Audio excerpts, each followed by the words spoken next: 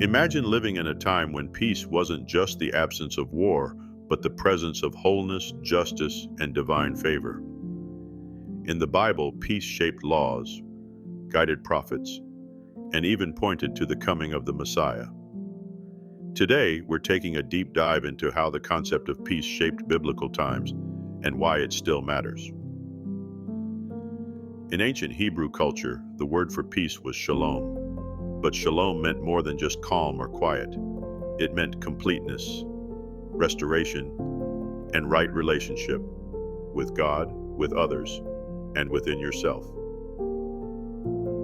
It was a greeting, a farewell, and a prayer. It governed how people lived, economically, socially, and spiritually. Leviticus 26:6 says, "I will grant peace in the land, and you will lie down and no one will make you afraid." Shalom was a divine gift. When Israel walked in obedience, peace followed. When they strayed, chaos reigned. However, the prophets warned of the loss of peace when injustice and idolatry took over, yet they also offered hope. Isaiah 9:6 prophesied a coming Prince of Peace.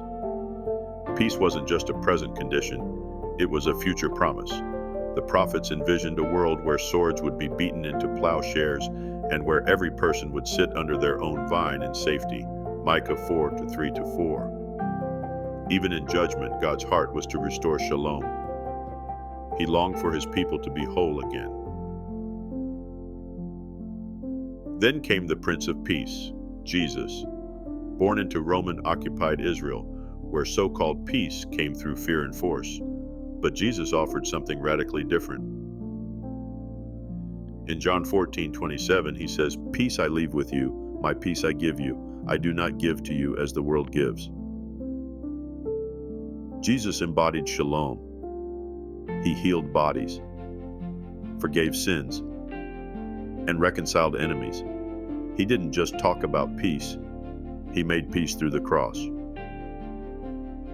Colossians 1:20 says that through Jesus, God reconciled all things to himself, making peace by the blood of the cross. And after his resurrection, what did Jesus say to his disciples? "Peace be with you," John 20:21. He was announcing the arrival of God's restored order. The early church carried this peace into the world. In a divided, violent empire, they preached reconciliation. Jews and Gentiles, rich and poor, men and women, one body, one peace.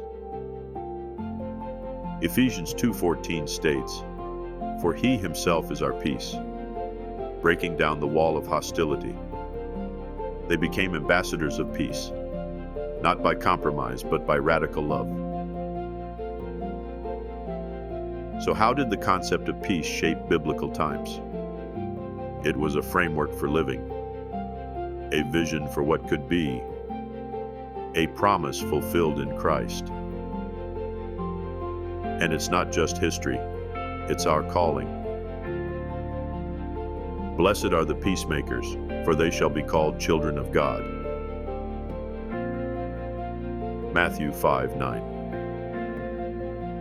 In a world still aching for peace, God invites you to carry his shalom wherever you go. So what does biblical peace look like in your life today? If this helped you see peace in a new light, please like, subscribe, share this video, or leave a comment. Don't forget to follow us for more faith-building insights.